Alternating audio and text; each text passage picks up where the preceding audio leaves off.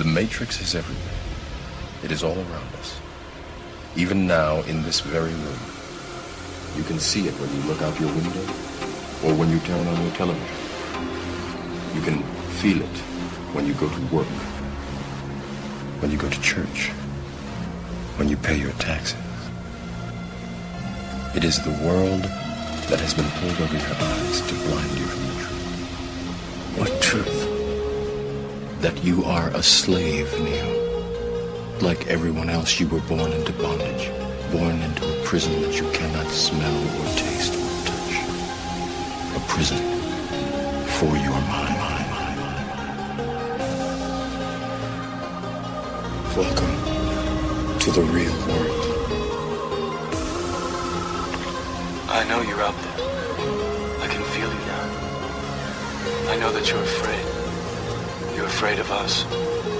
You're afraid of change. I don't know the future. I didn't come here to tell you how this is going to end. I came here to tell you how it's going to begin. I'm going to hang up this phone, and then I'm going to show these people what you don't want them to see. I'm going to show them a world without you. A world without rules and controls, without borders or boundaries. A world where anything is possible. Where we go from there is a choice I leave to you. Soul has no limitation.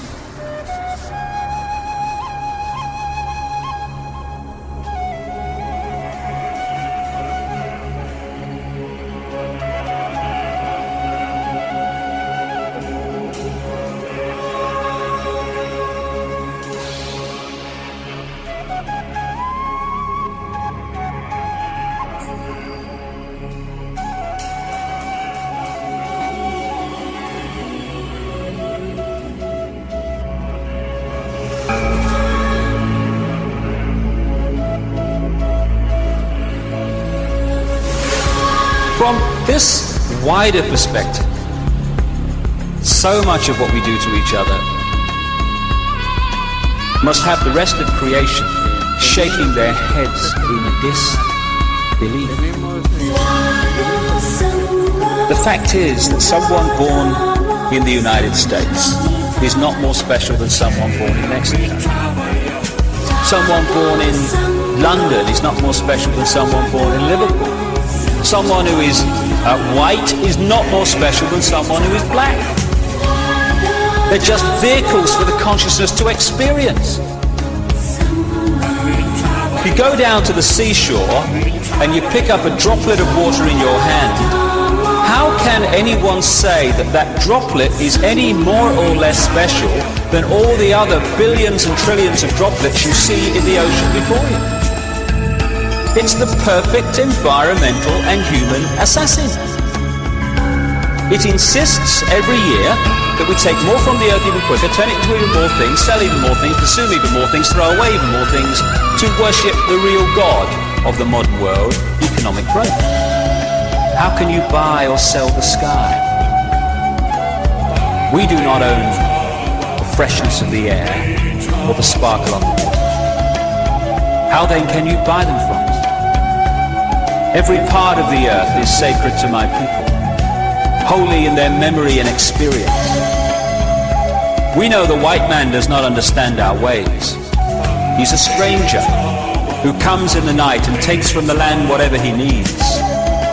The earth is not his friend, but his enemy. And when he's conquered it, he moves on. He kidnaps the earth and his children.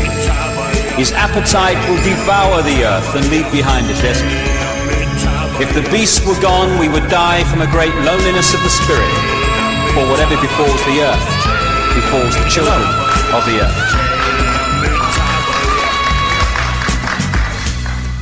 Love is there.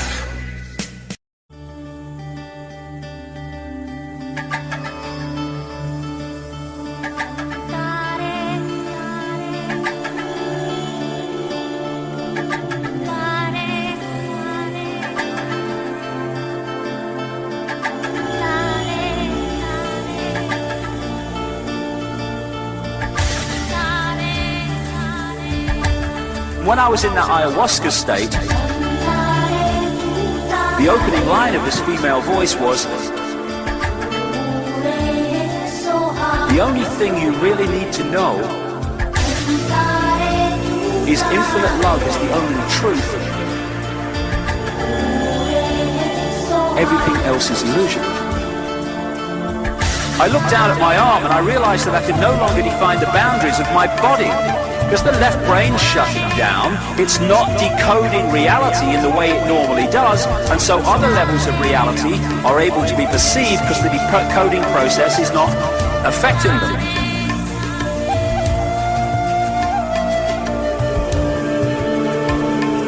Land of mountain. Infinite love is the only truth. Land of the kings. Everything else is illusion. Land of mountain. Of mountain. And when I was in that ayahuasca state,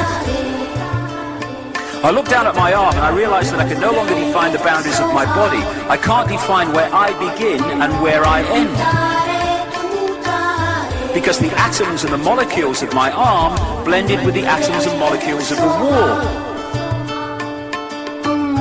And when I was in that ayahuasca state, and all I could detect was this energy. And I'm asking myself, what's wrong with me? What's going on?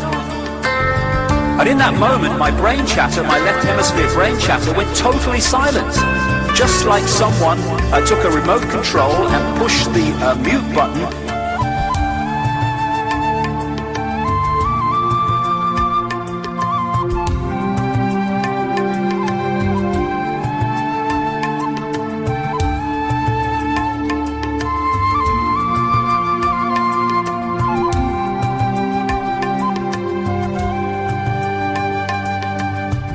When I was in that ayahuasca state, first I was shocked. Land of mountain. But then I was immediately captivated by the magnificence of energy around me. Land of mountain. And because I could no longer identify the boundaries of my body, I felt enormous and expansive. I felt at one with all the energy that was, and it was beautiful there. Imagine what it would be like to be totally disconnected from your brain chatter that connects you with the external world. So here I am in this space, and any stress that related to me, to my job, it was gone. And I felt lighter in my body. And imagine all of the relationships in the external world and the many stresses related to any of those, they were gone. A sense of peacefulness. See, all this stuff, all this stress, all this stuff that causes such grief, and stops us from finding joy. It's all body computer stuff, not consciousness. When the colonial powers came into Africa, as everywhere else, they targeted the shaman and the carriers of the ancient knowledge and the ancient history, and in his words, they milked the minds of the shaman and then killed them. So to keep the knowledge alive, the shaman streams started to create their own secret societies with horrendous initiation rituals to make sure you really wanted the knowledge. And they carried it underground so it would survive. Because what the colonial powers wanted, in other words, these bloodlines behind the colonial powers, they wanted to destroy as much of the ancient knowledge as possible, because then they could impose their own version of history, which would write out what they didn't want people to know.